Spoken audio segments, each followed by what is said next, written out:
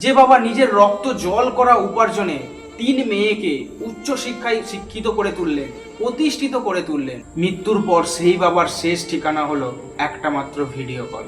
হ্যাঁ, আপনারা ঠিকই শুনছেন, হরিয়ানার সোনিপতের এই ঘটনা আজ আমাদের সমাজকে এক নির্মম আয়নার সামনে দাঁড় করিয়ে দিয়েছে। এই ঘটনাটি আশা করছি কম বেশি সকলেই দেখেছেন। একটি বাবার 3টেই কন্যা সন্তান, যাদেরকে লেখাপড়া করিয়ে বিয়ে দিয়েছেন। তারা এখন প্রত্যেকেই বাইরে থাকেন। টানা 20 দিন ধরে বাবা মৃত্যুর সাথে হাসপাতালে লড়াই করছিলেন, কিন্তু 3 মেয়ের একজনও পাশে এসে দাঁড়ালেন না। 3 মেয়ে, একজন থাকে নেপালে, একজন থাকে মুম্বাই, আর একজন উত্তরপ্রদেশে। আপনারাই বলুন, দূরত্ব কি এতটাই বেশি ছিল? বাবার শেষ নিঃশ্বাসের চেয়েও বড় হয়ে গেল। শেষ পর্যন্ত প্রতিবেশীরাই সব দায়িত্ব নিলেন। সবচেয়ে বড় আঘাতটা লেগেছে তখন, যখন তার বাবার চিতা দাউ দাউ করে জ্বলছে।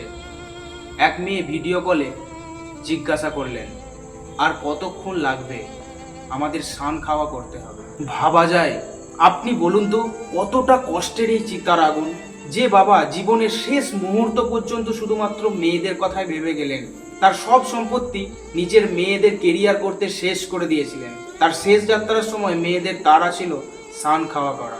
অনলাইনে মাত্র 5100 টাকা খরচ বাবদ পাঠিয়ে দেওয়া হলো। এমনকি বাবার অস্থিটুকুও আনতে এলেন না 3 জনের মধ্যে একজনও কেউ।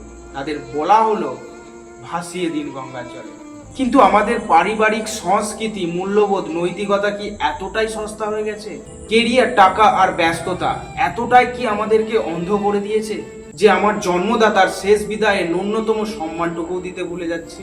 এই ঘটনা কোনো বিচ্ছিন্ন ঘটনা নয়, এটি আমাদের সমাজের এক গভীর মানসিক ব্যাধির লক্ষণ। কি শুনে কষ্ট হচ্ছে, তাই না? আমার ভিডিও অনেক বয়স্ক কাকু কাকিমা, জেঠু জেঠিমারা দেখেন। আপনাদেরকে আমি একটা উপদেশ দিচ্ছি, ছেলে মেয়ের শখ আহ্লাদ পূরণ করতে গিয়ে নিজের শেষ সম্পদটুকুও শেষ করে দেবেন না। পারলে ভবিষ্যতের জন্য কিছু সঞ্চয় করে রাখুন, না হলে শেষ জীবনটাও আপনাকেও কোনো না কোনো বৃদ্ধাশ্রমে কাটাতে হবে।